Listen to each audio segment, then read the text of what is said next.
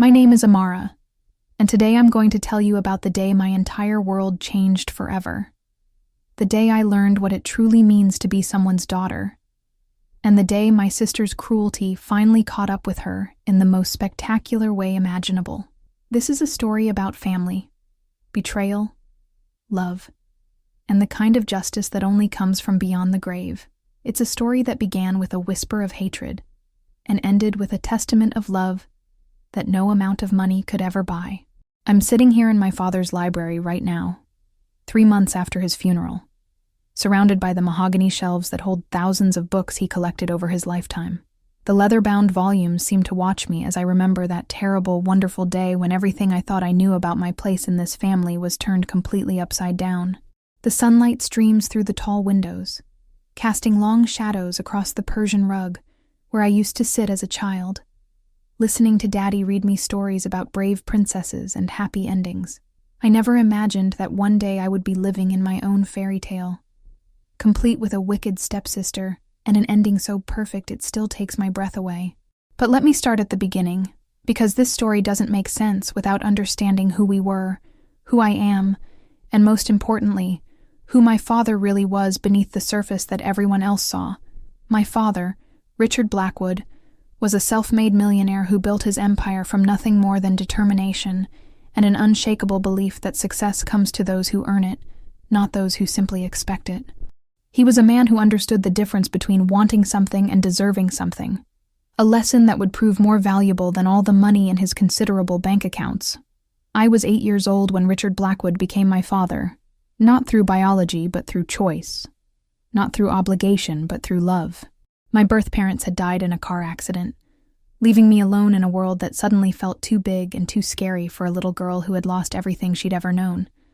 The social worker who brought me to the Blackwood mansion told me I was lucky, that Richard was a good man who wanted to give me a home and a future. What she didn't tell me, what nobody could have told me then, was that I was about to become part of a family where love would have to compete with jealousy, where acceptance would battle against resentment, and where the color of my skin would always make me an outsider in the eyes of one person who should have been my sister. Charlotte Blackwood was 12 when I arrived, old enough to understand that her position as Daddy's little princess was about to be challenged by this strange new girl who didn't look like her, didn't sound like her, and certainly didn't belong in her perfect white world. From the very first day, Charlotte made it clear that I was a guest in her house, an unwelcome addition to her family, and a constant reminder that her father's love was not exclusively hers to claim. She never said these things directly, of course, because Richard would never have tolerated such cruelty. But children have ways of communicating hatred that adults rarely see or understand. The whispered comments about how different I looked in family photos, the way she would accidentally forget to save me a seat at dinner, the casual mentions of how I didn't really belong because I wasn't a real Blackwood. These became the soundtrack of my childhood. But here's what Charlotte never understood. What she couldn't see through her cloud of privilege and entitlement. Her attempts to make me feel small only made my father love me more fiercely. Her efforts to exclude me only drew his protection more tightly around me, and her constant reminders that I was different only highlighted how much more alike Richard and I truly were. You see, Richard Blackwood knew what it felt like to be the outsider, to have to prove yourself every single day, to earn your place in a world that would rather see you fail than succeed. He had grown up poor, the son of a factory worker and a cleaning lady, fighting for every opportunity and never taking a single blessing for granted. When he looked at me, he didn't see a charity case or an obligation. He saw a reflection of his younger self, a child who would have to work twice as hard to get half as much, and he was determined to give me every tool I would need to not just survive in this world, but to thrive in it. Charlotte, on the other hand, had never wanted for anything in her entire life. She was born into luxury, raised with privilege, and given everything she ever asked for without having to lift a finger to earn it. She grew up believing that the world owed her happiness, that success was her birthright, and that her father's empire existed solely for her eventual inheritance. The idea that she might have to share any of it, especially with someone like me, was simply unthinkable in her narrow, selfish mind. As we grew older, the differences between Charlotte and me became more pronounced, more obvious, and more significant in ways that would eventually determine both of our futures. Charlotte spent her teenage years demanding the latest fashions, the most expensive cars, and the most extravagant parties, always expecting Daddy to open his wallet and make her dreams come true. She measured her worth by how much she could spend, her happiness by how much she could acquire, and her love by how much she could take from the people around her. I, on the other hand, spent my teenage years in Richard's office, learning about business, asking questions about investments, and genuinely caring about the empire he had built with his own hands. While Charlotte was out shopping with her friends, I was reading financial reports and asking Daddy to explain market trends. While she was planning her next expensive vacation, I was volunteering at the company's charity events and learning about the importance of giving back to the community. While she was taking everything for granted, I was developing a deep appreciation for the opportunities that Richard's success had made possible for our entire family. The irony was delicious, though I didn't realize it at the time. Charlotte, who considered herself the rightful heir to the Blackwood fortune, had no interest in actually understanding how that fortune was created or maintained. She wanted the results without the work, the benefits without the responsibility, the crown without the kingdom. Meanwhile, I was absorbing every lesson, every principle, and every value that had made Richard successful in the first place, preparing myself not because I expected to inherit anything, but because I genuinely loved learning from the man who had given me everything that mattered. Richard noticed the difference, of course. How could he not? He watched Charlotte roll her eyes when he tried to teach her about business, saw her check her phone when he talked about the importance of hard work, and witnessed her complete indifference to the legacy he was trying to build for future generations. At the same time, he saw me hanging on his every word, asking thoughtful questions, and showing genuine interest in the things that mattered most to him. He saw Charlotte taking and me giving, Charlotte demanding and me appreciating, Charlotte expecting and me earning. But Richard never played favorites openly, never made Charlotte feel less loved, and never gave either of us reason to believe that we weren't both equally important to him. He was too wise, too kind, and too fair to create that kind of obvious division in his family. Instead, he loved us both in the ways we needed to be loved, supported us both in the ways we needed to be supported, and prepared us both for the futures we were unconsciously choosing for ourselves every single day. The years passed, and Charlotte's sense of entitlement only grew stronger, more demanding, and more absolute. She graduated from college with a degree in art history that she never intended to use, spent 2 years traveling through Europe on Daddy's credit card, and eventually settled into a lifestyle of shopping, socializing, and spending money she had never earned. She dated a series of men who were attracted more to her bank account than to her personality, finally settling on a fiancé named Trevor, who talked constantly about their future plans for the Blackwood estate, and seemed to view their upcoming marriage as more of a business merger than a love story. I took a different path entirely. I graduated summa cum laude with degrees in business and finance, spent my summers interning at companies that competed with Daddy's empire so I could learn different approaches and strategies, and eventually joined the family business as a junior executive who had to prove herself every single day. I worked longer hours than anyone else, took on the projects that nobody else wanted, and slowly earned the respect of every person in the company through competence, dedication, and genuine care for the business that Richard had spent his lifetime building. Charlotte resented my involvement in the company, almost as much as she resented my place in the family. She couldn't understand why I would want to work when I could simply wait for my inheritance, couldn't see why I would choose responsibility when I could choose leisure, and couldn't accept that Daddy was proud of my accomplishments when she had never accomplished anything worth celebrating. In her mind, I was showing off, trying to win points, and attempting to steal attention that rightfully belonged to her. The truth was much simpler and much more complicated than Charlotte could ever understand. I worked because I loved the work. I contributed because I wanted to contribute. And I cared because the business represented everything that Richard stood for: innovation, integrity, and the belief that success comes to those who earn it. I wasn't trying to impress anyone or win anything. I was simply being the person that Richard had raised me to be, the daughter he had taught me to become, and the woman who understood that love is demonstrated through actions, not just words. Richard's pride in my accomplishments was obvious to everyone except Charlotte, who was too self-absorbed to notice how his eyes lit up when I presented a new project, how carefully he listened when I shared ideas for improving company operations, and how often he sought my opinion on important business decisions. She was too busy planning her next shopping trip to see that Daddy and I had developed a professional relationship built on mutual respect, shared values, and genuine affection for the work we were doing together. But even as I thrived in the business world, even as I proved myself capable and worthy and dedicated, I never forgot that I was still the little girl who had been given a second chance at family, still the outsider who had been welcomed into a world where I didn't originally belong. I never took Richard's love for granted, never assumed that I deserved more than I had been given, and never allowed myself to believe that my place in the family was guaranteed simply because I had been adopted into it. Charlotte, meanwhile, grew more confident in her assumptions about the future, more certain that Daddy's empire would eventually be hers, and more dismissive of any possibility that I might play a significant role in the family's long-term plans. She talked openly about her plans to redecorate the mansion, her ideas for updating the company's image, and her vision for the charitable foundation that she would establish in Daddy's memory.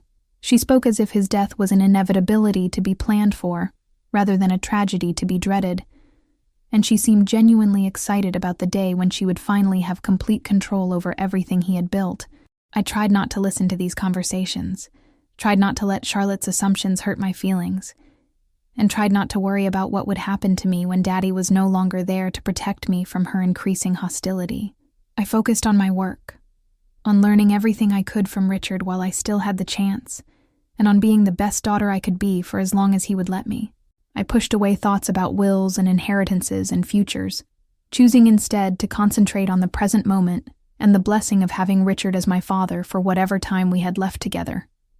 But time, as it always does, ran out sooner than anyone expected or wanted. Richard was diagnosed with pancreatic cancer on a Tuesday morning in October, 3 months after he had complained about stomach pain that we all assumed was just stress from a particularly challenging business quarter. The doctor gave him 6 months to live, maybe 8 if he was lucky, and the treatments worked better than expected. Richard faced the diagnosis with the same quiet strength and determined optimism that had carried him through every other challenge in his life, but I could see the fear in his eyes. Not fear of dying, but fear of leaving us unprepared for a world without him. Charlotte's reaction to Daddy's diagnosis was complicated and revealing in ways that she probably didn't intend. She was genuinely sad about losing her father, genuinely scared about facing a future without his protection and guidance, but she was also clearly calculating what his death would mean for her financial security and social status. She started making lists of things that would need to be changed after the funeral, talking about legal procedures that would need to be completed, and planning for a life that would begin when Richard's life ended. I couldn't think about any of that. I could only think about how much I was going to miss him, how empty the world would feel without his laugh, his wisdom, and his unconditional love. I spent every possible moment with Richard during his final months, talking about everything and nothing, sharing memories and making new ones, and trying to absorb as much of his spirit as I could before it was too late to learn anything more from the man who had taught me everything that mattered. Richard spent his final months putting his affairs in order, meeting with lawyers and accountants, and making sure that every detail of his estate was properly documented and legally sound. He was very private about these meetings, very careful not to discuss his plans with either Charlotte or me, and very determined to handle everything himself without input or interference from anyone else. When we asked about his intentions, he would smile and say that everything would be taken care of, that we shouldn't worry about business matters during such a difficult time, and that his love for both of us was the only thing that really mattered. Charlotte interpreted his secrecy as confirmation that she would inherit everything, as evidence that he was simply being discreet about arrangements that were too obvious to require discussion. I interpreted his privacy as a sign that he wanted to spare us from difficult conversations during an already impossible time, that he was trying to protect us from the stress of legal complications while we were still processing the reality of losing him. Neither of us imagined that Richard was planning something that would surprise us both, that he was crafting a final lesson that would reveal truths we had never fully understood about ourselves, about each other, and about what it really means to be someone's child. Richard died on a Sunday morning in January, peacefully in his sleep, with both Charlotte and me holding his hands. His last words were that he loved us both, that he was proud of the women we had become, and that we should take care of each other after he was gone. Charlotte and I both promised that we would. Both meant it in that moment, and both believed that our shared grief would somehow bridge the gap that had always existed between us. We were both wrong about that, as we would discover very quickly in the days following Richard's funeral. Charlotte's grief was real, but temporary, softened by her excitement about finally claiming her inheritance and taking control of the empire she had always considered her birthright. My grief was deep and permanent, a wound that I knew would never completely heal because I had lost not just a father, but the person who had given my life meaning, purpose, and direction. The funeral was beautiful, attended by hundreds of people whose lives Richard had touched through his business dealings, his charitable work, and his personal kindness. Charlotte played the role of the grieving daughter perfectly, accepting condolences with appropriate sadness and speaking eloquently about Daddy's legacy during the memorial service. I was too heartbroken to perform for anyone, too devastated to worry about appearances, and too focused on the reality of my loss to care about what anyone else thought of my behavior. After the funeral, after the last guest had left, and the last flower arrangement had been delivered, Charlotte and I found ourselves alone in the mansion that suddenly felt too big, too quiet, and too full of memories that we would never be able to make again. For a brief moment, I thought we might comfort each other, might find some way to support each other through the impossible task of learning to live without the man who had been the center of both of our worlds. Instead, Charlotte looked at me with an expression I had never seen before, a combination of pity and contempt that made my blood run cold. She said that she understood I was sad about losing Daddy, but that I needed to start thinking practically about my future, about where I would live, and what I would do now that the family dynamics were about to change significantly. She suggested that I might want to start looking for my own apartment, maybe consider taking a job with one of the company's competitors, and begin preparing for a life that would be very different from the one I had been living under Richard's protection. I was too shocked to respond, too hurt to argue, and too tired from grief to fight with her about something that seemed so unimportant compared to the magnitude of what we had just lost. I went to my room, closed the door, and spent the night crying for Daddy, for myself, and for the sister I had apparently never really had despite living in the same house for most of our lives. The next morning brought a phone call from Richard's attorney, Mr. Harrison, requesting that both Charlotte and I meet with him the following Friday for the official reading of Daddy's will. Charlotte was practically vibrating with excitement when she hung up the phone, talking rapidly about how she couldn't wait to finally understand the full scope of her inheritance, how she needed to start thinking about her responsibilities as the new head of the family, and how she hoped the legal process would be completed quickly so she could begin implementing her plans for the future. I dreaded the meeting, not because I was worried about being left out of the will, but because I knew that whatever Richard had planned would make the reality of his death feel final and irreversible in a way that even the funeral had not accomplished. I wasn't ready to hear his voice through legal documents, wasn't prepared to face the future he had imagined for us, and wasn't strong enough to handle Charlotte's inevitable triumph when she finally got everything she had always believed she deserved. The days between the phone call and the meeting passed slowly, filled with tension that grew stronger every time Charlotte made another comment about her plans for redecorating the mansion, her ideas for restructuring the company, and her excitement about finally being able to live the life she had always imagined for herself. She talked about selling some of Daddy's art collection to fund a European honeymoon, about converting his office into a sitting room, and about hiring an interior designer to update the house's decor to reflect her more modern tastes. Each comment felt like a knife in my heart, not because I cared about the money or the property, but because Charlotte was already erasing Richard's presence from the spaces he had loved, already planning to destroy the environment where I had shared so many precious moments with the man who had given me everything that mattered. She was treating his death like an opportunity rather than a tragedy, viewing his estate like a prize rather than a sacred trust, and approaching his legacy like a shopping list rather than a responsibility. By Thursday night, the night before the will reading, Charlotte's excitement had reached a fever pitch that was both infectious and repulsive. She spent the evening on the phone with Trevor, discussing their plans for the mansion, their ideas for the company, and their dreams for a future funded by Richard's success. She talked about the expensive renovations they would undertake, the luxury vacations they would take, and the lifestyle they would finally be able to afford, without having to ask anyone's permission or worry about anyone else's opinions. I spent Thursday night in Daddy's library, surrounded by his books and his memories, trying to prepare myself for tomorrow's revelations and the changes that would inevitably follow. I wasn't worried about being homeless or penniless, because I knew that Richard would never leave me completely unprovided for. But I was terrified about losing the only home I had ever really known and being forced to watch Charlotte destroy everything that Richard had built with his own hands. I fell asleep in Daddy's leather chair, wrapped in the blanket he used to cover me with when I dozed off during our evening conversations, dreaming about better times when the three of us were a family, and the future seemed full of possibilities rather than problems. I woke up Friday morning feeling more alone than I had ever felt in my entire life, more frightened about the future than I had been since the day my birth parents died, and more convinced than ever that I was about to lose everything that had ever mattered to me. Charlotte was already dressed and ready when I came downstairs, wearing her most expensive black suit and her most confident smile. She had prepared a folder of notes about her plans for the estate, a list of questions for the attorney, and a timeline for implementing the changes she wanted to make as quickly as possible.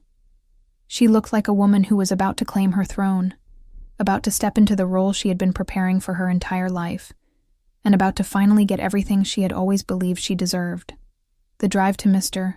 Harrison's office was uncomfortable, filled with Charlotte's chatter about her excitement, her plans, and her relief that the uncertainty about the future would finally be resolved.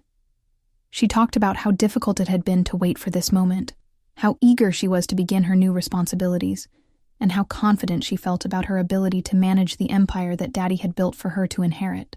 She never asked how I was feeling, never considered that I might be nervous about the meeting, and never seemed to realize that her excitement was making my grief feel even more overwhelming and isolating. Mr. Harrison's office was exactly what you would expect from a man who had spent his career managing the legal affairs of wealthy families. Dark wood paneling, leather-bound books, and an atmosphere of serious discretion that suggested important matters were discussed and resolved within these walls.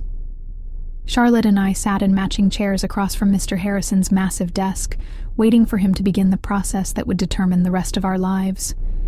But before Mr. Harrison could start the official proceedings, before he could open the legal documents that would reveal Richard's final wishes, Charlotte did something that changed everything, something that revealed the true nature of her character in a way that no amount of polite behavior could ever disguise again. She turned to me with a smile that was both pitying and cruel, leaned close enough that Mr. Harrison couldn't hear her words, and whispered the sentence that would haunt her for the rest of her life. She said, "And I will never forget the exact words, because they are burned into my memory forever."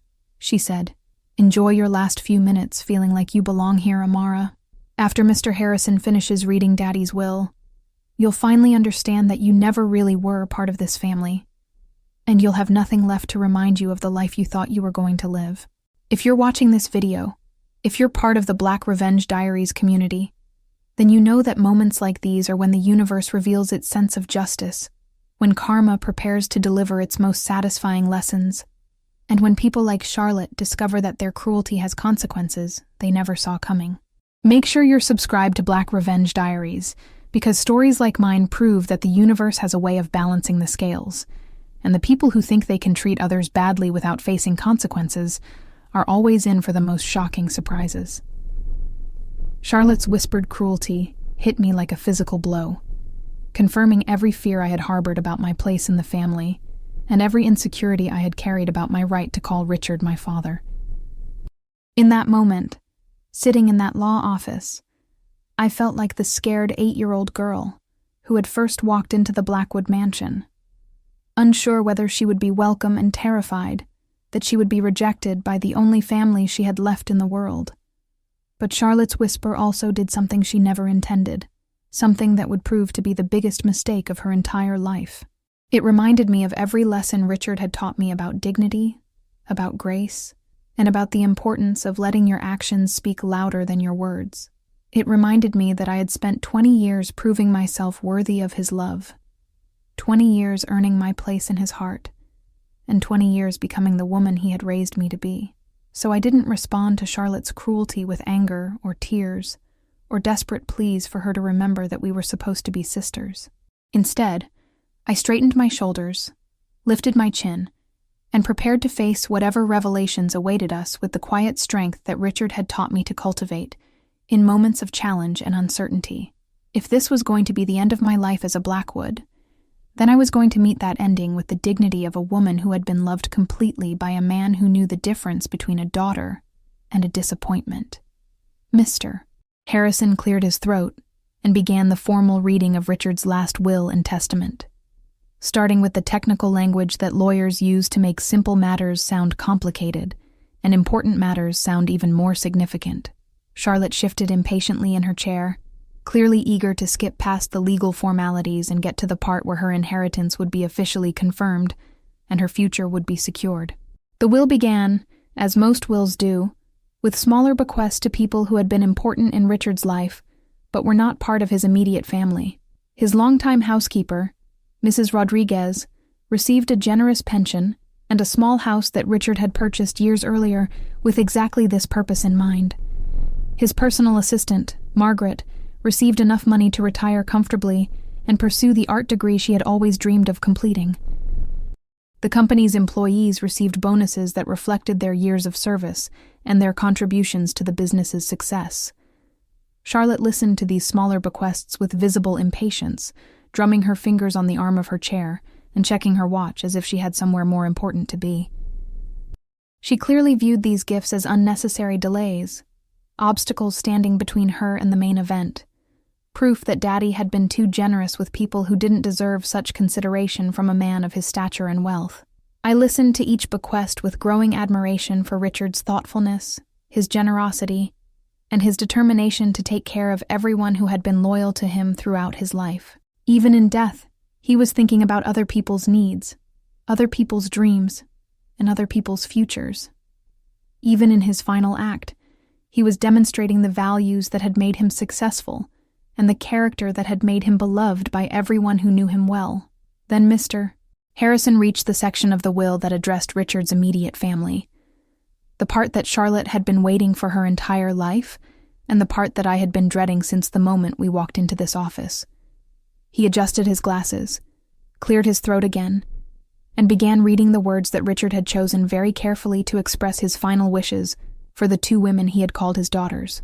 The first bequest for Charlotte was substantial, more money than most people see in a lifetime, enough to ensure that she would never have to work if she didn't want to, and never have to worry about her financial security for the rest of her life. Richard had established a trust fund that would provide her with a generous monthly income, had purchased an expensive condominium in her name, and had set aside additional funds for her wedding, her future children's education, and any emergencies that might arise during her lifetime.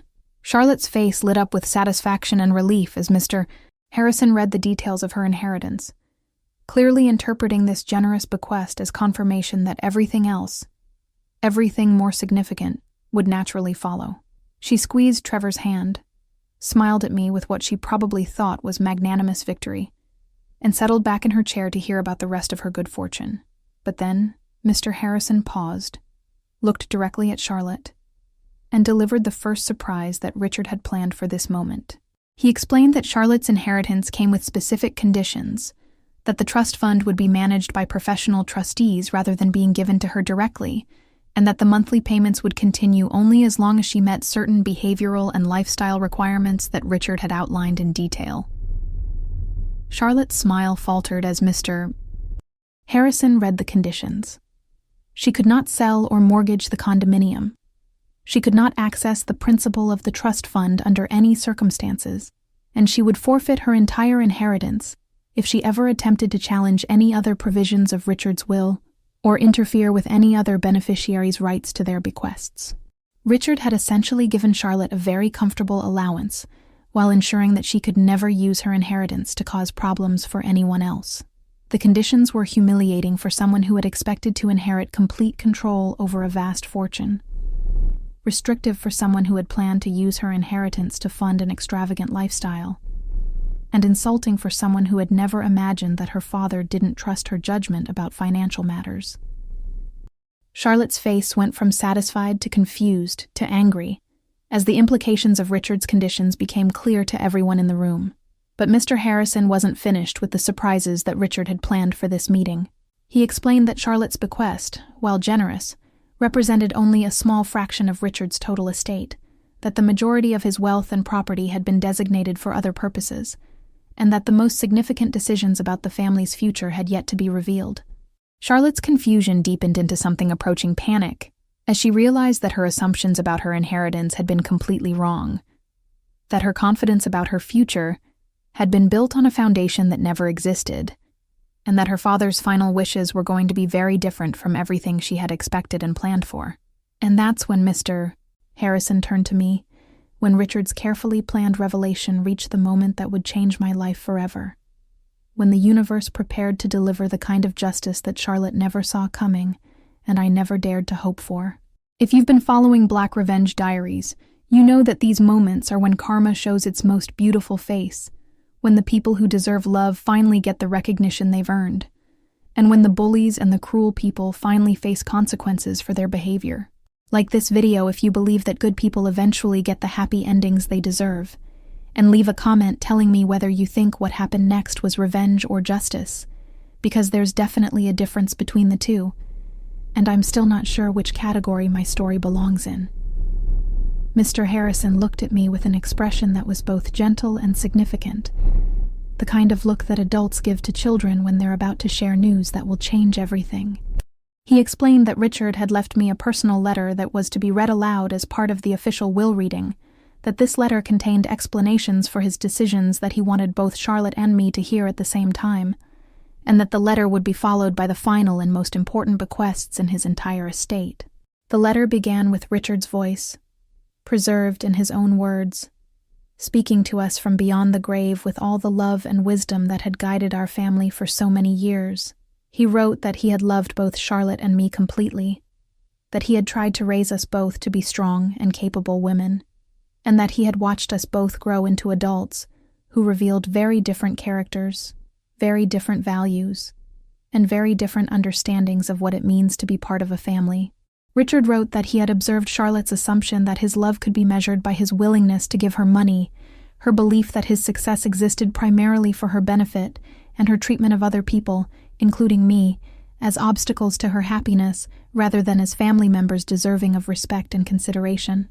He wrote that he had hoped she would outgrow these attitudes, that he had tried to teach her better values, and that he had ultimately realized that some lessons can only be learned through consequences rather than through words. But then Richard's letter turned to me, and his written words became a testament to 20 years of shared experiences, shared values, and shared love that Charlotte had never understood and never tried to understand. He wrote that he had watched me approach every challenge with dignity, every opportunity with gratitude, and every relationship with genuine care for other people's well-being. He wrote that I had never asked him for anything except his time and attention, had never taken his generosity for granted, and had never treated his success as my personal entitlement. Richard wrote that I had proven myself worthy of his love not through biology, but through character, not through demands, but through dedication, and not through expectations, but through actions that demonstrated the values he had tried to instill in both of his daughters. He wrote that I had become not just his daughter, but his successor, not just a member of his family, but the guardian of his legacy, and not just a beneficiary of his estate, but the person he trusted most to carry his name and his principles into the future. Charlotte was staring at Mr. Harrison with an expression of growing horror as Richard's letter continued, as the implications of his words became impossible to deny, and as her assumptions about her inheritance crumbled completely. She was beginning to understand that this meeting was not going to end the way she had expected, that her father's final wishes were going to be very different from her lifelong assumptions, and that her whispered cruelty to me was about to be revealed as the most expensive mistake she had ever made. And then Mr. Harrison reached the end of Richard's letter, the paragraph that contained the most important words my father had ever written, the sentences that would determine the rest of my life and change everything I thought I knew about my place in the world. He read slowly and clearly, making sure that every word was understood by everyone in the room, including Charlotte, who was about to learn what it really cost to treat people badly. Richard wrote, "To my daughter Charlotte, I leave money, because money is what she has always valued most about our relationship, and money is all she has ever really wanted from me. To my daughter Amara, I leave everything that money cannot buy. My name, my legacy, my business, my home, and my absolute confidence that she will honor all of these gifts in ways that will make me proud for eternity. The room fell completely silent as the meaning of Richard's words sank in. As Charlotte realized what had just happened, and as I tried to process the reality that my father had chosen me, had trusted me, and had given me not just his fortune, but his faith in my ability to be worthy of everything he had worked his entire life to build. Mr. Harrison continued reading the specific details of my inheritance, the family mansion and all of its contents, the controlling interest in Richard's business empire, the responsibility for managing the family's charitable foundation, and the authority to make all decisions about how Richard's name and legacy would be preserved and continued. I had inherited not just wealth, but responsibility, not just property, but purpose, and not just money, but the chance to prove myself worthy of the greatest gift any parent can give to a child: complete and absolute trust. Charlotte's face went through a series of expressions that I will remember for the rest of my life: shock, disbelief, anger, and finally a kind of devastated understanding that her entire worldview had been built on assumptions that were never true. She had spent her entire life believing that she was the favored daughter, the natural heir, and the obvious choice to inherit her father's empire. She had never imagined that Richard might judge her character rather than just love her unconditionally, might evaluate her worthiness rather than just assume her entitlement, and might choose his successor based on merit rather than biology. The meeting ended with Charlotte storming out of the office, her dreams of inherited wealth reduced to a comfortable but controlled allowance, her plans for the future completely destroyed, and her relationship with me permanently damaged by years of cruelty that had finally caught up with her. Trevor followed her out, but not before making it clear that their engagement might need to be reconsidered now that Charlotte's financial prospects had changed so dramatically. I sat in that office for a long time after they left, holding the keys to my father's house, processing the magnitude of what had just happened, and trying to understand how my life had changed so completely in the space of a single afternoon. I wasn't celebrating Charlotte's disappointment or gloating about her humiliation, because I had loved her despite everything, and had hoped that we might someday find a way to be real sisters. But I was overwhelmed by the realization that Richard had seen everything, had understood everything, and had made his final decision based on 20 years of watching both of us become the women we chose to be. The drive home to what was now my house felt surreal, like I was living in someone else's life or experiencing someone else's dream. Every familiar landmark looked different, every memory felt more significant, and every moment of doubt I had ever experienced about my place in the family seemed ridiculous in light of what Richard had planned for my future. He hadn't just given me his estate, he had given me his ultimate validation, his final vote of confidence, and his eternal blessing on the woman I had become under his guidance and love. When I walked through the front door of the mansion, everything looked exactly the same as it had that morning. But everything felt completely different because I was no longer a guest in someone else's home, no longer a temporary resident who might be asked to leave at any moment, and no longer the adopted daughter who had to prove her worth every single day. I was home, truly home, in the place where Richard wanted me to be, surrounded by the things he wanted me to have, and responsible for the legacy he wanted me to protect.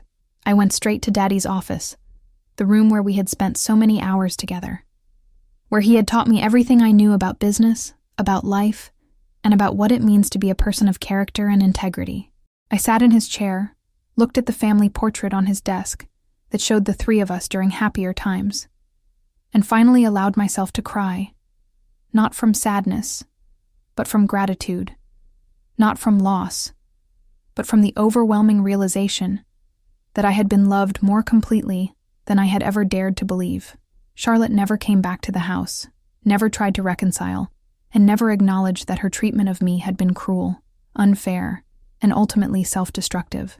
She moved into her condominium, began living off her trust fund, and apparently spent her time complaining to anyone who would listen about how unfairly she had been treated by a father who had given her everything except what she had never earned: his complete trust and absolute confidence in her character.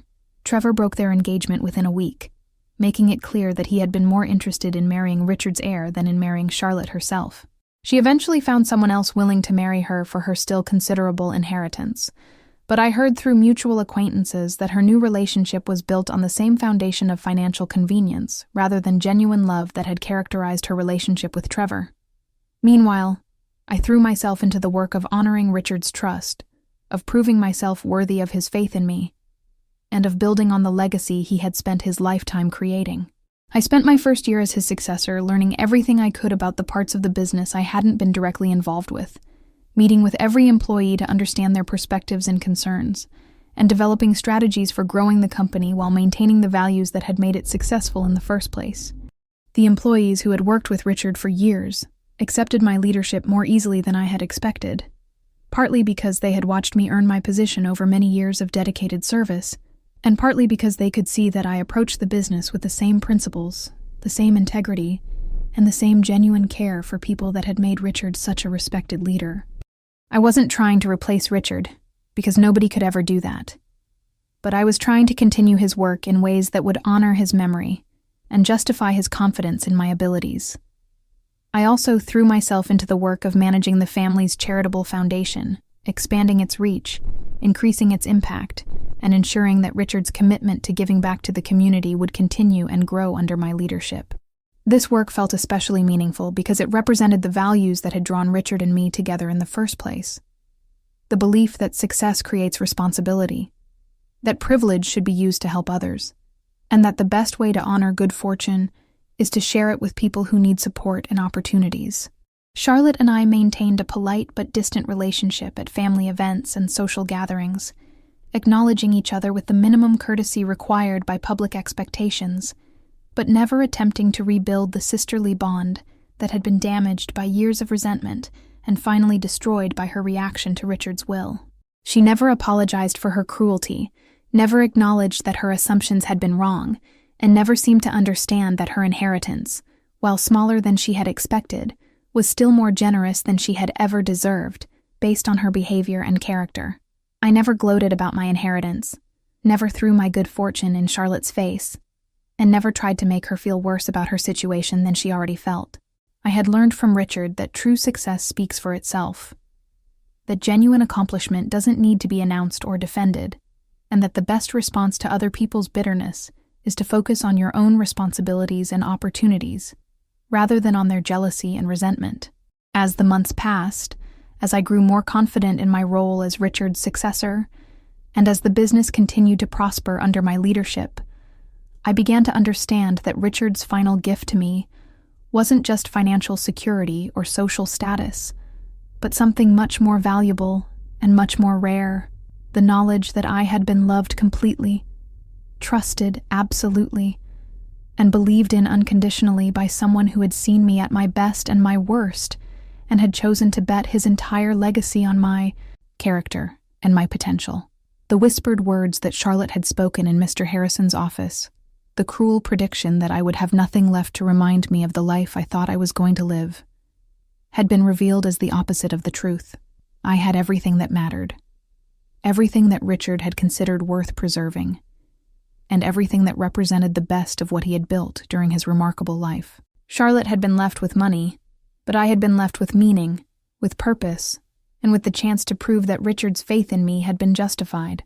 The mansion where I now lived alone felt less empty than I had expected, partly because it was filled with so many happy memories of the years I had spent there with Richard, and partly because I had filled it with new purpose as the headquarters for the charitable foundation, and as a gathering place for the employees and community leaders who were working with me to continue and expand Richard's legacy of service and generosity. I kept Richard's office exactly as he had left it, not as a shrine to the past, but as a reminder of the standards I was trying to live up to, the values I was trying to embody, and the love that had made everything else possible. I would sit in that office every morning before starting my day, looking at his picture and silently promising him that I would be worthy of his trust, that I would honor his memory, and that I would never take for granted the incredible gift he had given me by choosing me as his daughter and his successor. The business thrived under my leadership, growing in ways that Richard would have been proud of, expanding into new markets while maintaining the ethical standards that had always set us apart from our competitors, and providing good jobs and opportunities for hundreds of people who depended on our success for their own security and prosperity. I found that I had inherited not just Richard's financial empire, but his talent for leadership, his instinct for making good decisions, and his ability to inspire other people to do their best work in service of shared goals and values. The charitable foundation became my greatest source of personal satisfaction, providing scholarships for students who reminded me of myself at that age, funding programs that supported families in crisis, and creating opportunities for people who had been overlooked or underestimated by society to prove their worth and achieve their dreams. Every scholarship recipient, every family that received support, and every community that benefited from our programs was a living testament to Richard's belief that success should be shared and that privilege should be used to lift others up, rather than to build walls that keep them out. I often thought about the irony of Charlotte's situation, how her lifelong assumption that she deserved Richard's empire had blinded her to the reality that deserving something requires more than just wanting it, that inheritance is earned through character rather than claimed through entitlement, and that love is demonstrated through actions rather than just expected because of biology or circumstance. She had spent 20 years taking Richard's love for granted, while I had spent 20 years trying to be worthy of it. And in the end, that difference had determined both of our futures. But I also thought about the deeper lesson that Richard had taught both of us through his final wishes. The truth that real wealth isn't measured in dollars or property, but in relationships, in trust, in the knowledge that you have made a positive difference in other people's lives, and in the confidence that your life has had meaning and purpose beyond your own immediate needs and desires. Charlotte had received money, but I had received something much more valuable: the knowledge that I had been loved completely and trusted absolutely by someone whose opinion mattered more than anything else in the world. The first anniversary of Richard's death was approaching, and I had planned a memorial service at the mansion, inviting all of the people whose lives he had touched through his business, his charity work, and his personal kindness. Charlotte would be there, of course, because she was still his daughter, despite everything that had happened. And I wanted to honor that relationship, even though our own relationship had been permanently damaged by her choices and attitudes. I spent weeks preparing for the memorial service, working with caterers and florists and musicians to create an event that would celebrate Richard's life, rather than just mourn his death, that would honor his memory by bringing together the community he had cared about and served throughout his lifetime. I wanted the service to be a testament to the values he had lived by, the principles he had taught me, and the love he had shown to everyone who had been fortunate enough to know him. The night before the memorial service, I was sitting in Richard's office, looking through photo albums and remembering all of the good times we had shared, when I found a letter addressed to me in his handwriting, hidden in a drawer that I had never opened before. The letter was dated just 2 weeks before his death, and it was labeled "For Amara," to be opened on the first anniversary of my passing. My hands were shaking as I opened the letter, not knowing what final message Richard might have left for me, what last lesson he might have wanted to teach, or what final expression of love he might have wanted to share with me after a full year of living without his guidance and support. The letter was longer than I had expected, written in Richard's careful handwriting, and filled with words that would change my understanding of everything that had happened and everything that was still to come. Richard wrote that he had known for years that his will would surprise both Charlotte and me, that he had carefully planned every detail of his final wishes, and that he had made his decisions based on a lifetime of watching both of us reveal our true characters through our choices, our actions, and our treatment of other people. He wrote that he had hoped until the very end that Charlotte might change, might grow, might develop the kind of character that would make her worthy of the trust he wanted to place in her, but that he had ultimately realized that some people never learn to value anything beyond their own immediate gratification. But the letter also revealed something that I had never known, something that made Richard's final decision even more meaningful and even more personal than I had realized. He wrote that he had spent months before his death investigating my birth parents, learning about their lives, their values, and their dreams for my future, and that he had discovered that they had been people of exceptional character, exceptional integrity, and exceptional love for the daughter they had tragically been unable to raise. Richard wrote that my birth father had been a teacher who had dedicated his life to helping underprivileged children get the education they needed to succeed, and that my birth mother had been a social worker who had spent her career fighting for families who had been broken by poverty, addiction, and abuse. He wrote that they had been people who understood that success means using your talents to help others, that happiness comes from serving something larger than yourself, and that the best way to honor your blessings is to share them with people who need support and opportunities. He wrote that when he had adopted me, he had hoped to give me the kind of life that my birth parents had dreamed of for me, but that over the years, he had realized that I had inherited not just their genes, but their values, their character, and their instinct for putting other people's needs ahead of my own immediate desires. He wrote that I had become not just his daughter, but the living embodiment of everything that my birth parents had believed in, and everything that he had tried to teach Charlotte, but had never been able to help her understand. Richard's letter continued with words that brought tears to my eyes and healing to wounds I didn't even know I still carried. He wrote that I had never been an outsider in the Blackwood family, had never been a charity case or an obligation, and had never been anything other than the daughter he had chosen, the child he had been blessed to raise, and the woman he was prouder of than any father had ever been of any child in the history of the world. He wrote that his decision to make me his primary heir had not been a rejection of Charlotte, but an affirmation of me. Not a punishment for her failures, but a recognition of my successes, and not a choice between his daughters, but a choice to entrust his legacy to the person who had proven herself most capable of honoring it, protecting it, and using it to make the world a better place for everyone who would be touched by the Blackwood name in the years to come.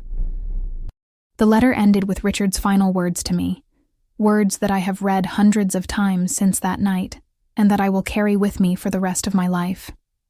He wrote, "Amara, you have been my greatest joy, my proudest achievement, and my most treasured gift from a universe that has been kinder to me than I ever deserved. You have given me the privilege of watching you grow from a frightened little girl into a woman of such strength, such grace, and such goodness that I know your birth parents would be as proud of you as I am. Take care of everything I have given you, not because it belongs to you, but because you have earned the right to decide how it will be used to honor the memory of everyone who has loved you and believed in you. You are my daughter, my successor, and my eternal pride. Love, Daddy." I spent the rest of that night crying, not from sadness, but from gratitude, not from loss, but from the overwhelming realization that I had been loved more completely than any child has ever been loved, trusted more absolutely than any heir has ever been trusted, and blessed more abundantly than any daughter has ever been blessed. Richard's final letter had given me something that no amount of money could ever buy, the absolute certainty that I had been worthy of his love, that I had earned his trust, and that I had justified his faith in my character and my potential. The memorial service the next day was everything I had hoped it would be, a celebration of Richard's life, a gathering of the community he had served, and a testament to the values he had lived by and the love he had shared with everyone who had been fortunate enough to know him. Hundreds of people came to honor his memory, to share stories about his kindness, and to express their gratitude for the ways he had touched their lives through his business, his charity work, and his personal relationships. Charlotte was there, dressed appropriately and behaving properly, but I could see the bitterness in her eyes, the resentment that had only grown stronger over the past year, and the anger that she carried like a poison that was slowly destroying her ability to find happiness or peace in her own life. She spoke briefly about her memories of Richard as a father, but her words felt hollow, rehearsed, and focused more on what she had lost than on what she had been given during the years they had shared together. When it was my turn to speak, I talked about Richard's generosity, his wisdom, and his unconditional love, but I also talked about the lessons he had taught me about character, about integrity, and about the responsibility that comes with privilege and success. I talked about the values that had guided his life and that would continue to guide the foundation and the business that he had entrusted to my care. I talked about his belief that success should be shared, that love should be demonstrated through actions, and that the best way to honor someone's memory is to continue their work and embody their principles in your own life. But most importantly, I talked about the gift that Richard had given me that was more valuable than any inheritance, more precious than any fortune, and more meaningful than any recognition. The knowledge that I had been loved completely, trusted absolutely, and believed in unconditionally by someone who had seen me at my best and my worst, and had chosen to bet his entire legacy on my character and my potential. As I spoke, looking out at the hundreds of people who had come to honor Richard's memory, I realized that Charlotte's whispered cruelty in Mr. Harrison's office had been more wrong than she could have possibly imagined. I hadn't lost everything that reminded me of the life I thought I was going to live. I had gained everything that mattered, everything that represented the best of what Richard had built, and everything that would allow me to continue his work and honor his memory for the rest of my life. The people in that room, the business that was thriving under my leadership, the charitable foundation that was changing lives every day, the mansion that had become a gathering place for the community Richard had served. These were not just reminders of the life I had thought I was going to live. They were proof that I was living the life that Richard had planned for me, the life that he had prepared me for, and the life that he had entrusted to me because he believed I was worthy of the responsibility and capable of the leadership that his legacy required. In the months that followed the memorial service, as I continued to grow into my role as Richard's successor and as the guardian of his legacy, I began to understand that the greatest revenge against people like Charlotte is not to hurt them or humiliate them, but simply to live well, to be happy, and to use the gifts you have been given to make the world a better place for everyone around you. Charlotte's whispered prediction that I would have nothing had been revealed as the opposite of the truth, and her assumption that she deserved more than she had received had been exposed as the kind of entitlement that Richard had spent his lifetime working to overcome. I never tried to reconcile with Charlotte, never attempted to rebuild the relationship that her choices had destroyed, and never pretended that her behavior had been acceptable or understandable. But I never tried to hurt her either, never used my position to make her life more difficult, and never allowed her bitterness to affect my own happiness or my ability to honor Richard's trust. I simply lived the life that Richard had made possible for me, did the work that he had prepared me to do, and embodied the values that he had taught me to embrace. The business continued to grow and prosper, providing good jobs for hundreds of people and serving as a model for how companies can be successful while maintaining high ethical standards and genuine concern for their employees and communities. The charitable foundation expanded its reach and impact, providing scholarships, support services, and opportunities for thousands of people who needed help achieving their dreams and overcoming the obstacles that poverty, discrimination, and bad luck had placed in their paths. And I continued to live in the mansion that Richard had left to me, not as a monument to wealth or status, but as a home filled with love, purpose, and the kind of meaning that comes from using your blessings to bless others. Every morning, I would sit in Richard's office and silently thank him for the gift of his love, the trust of his confidence, and the opportunity to prove that his faith in me had been justified. Years have passed since that day in Mr. Harrison's office, since Charlotte's whispered cruelty and Richard's final revelation, since the moment when my entire understanding of my place in the world was transformed by the reading of a will that revealed truths I had never dared to hope for. I am now a successful businesswoman, a respected community leader, and a philanthropist whose work has touched thousands of lives in ways that Richard would be proud of. But more than any of those accomplishments, more than any recognition or success or achievement, I am Richard Blackwood's daughter, chosen not by biology but by love, trusted not because of entitlement, but because of character, and blessed not because of what I expected, but because of what I earned through 20 years of proving myself worthy of the greatest gift any parent can give to a child: complete and absolute faith in their ability to carry on the best of what they have built and to use it to make the world a better place. Charlotte still lives in the city, still receives her monthly allowance from the trust fund that Richard established for her, and still, from what I hear, complains about the unfairness of her situation to anyone who will listen. She never married the man she found after Trevor left her, never found the happiness that she thought money would bring her, and never learned the lesson that Richard had tried to teach her about the difference between deserving something and simply wanting it. But I don't spend much time thinking about Charlotte's situation or feeling sorry for her choices, because I have learned from Richard that the best way to honor the gifts you have been given is to focus on using them well rather than on comparing them to what other people have received or deserved. I have work to do, people to help, and a legacy to protect and continue. And that work is too important and too meaningful to be complicated by resentment or bitterness about the past. Sometimes, when I'm working late in Richard's office, when the house is quiet and the city lights are twinkling through the windows, I can almost feel his presence, can almost hear his voice encouraging me to keep going, to stay strong, to remember that I am loved and trusted and believed in even when the work is difficult and the responsibilities feel overwhelming. In those moments, I remember Charlotte's whispered words about how I would have nothing left to remind me of the life I thought I was going to live, and I smile because I know that she was wrong about everything that mattered. I have everything that matters, everything that represents the best of what Richard built, and everything that will allow me to honor his memory and continue his work for the rest of my life. I have his love, his trust, his confidence, and his absolute faith in my ability to be worthy of the incredible gift he gave me when he chose me as his daughter and his successor. And that, my friends, is the greatest revenge of all. Not to hurt the people who hurt you, but to live so well, to be so happy, and to use your gifts so wisely that their cruelty becomes irrelevant, their predictions become laughable, and their bitterness becomes nothing more than a sad reminder of what happens when people choose entitlement over gratitude, selfishness over service, and cruelty over love.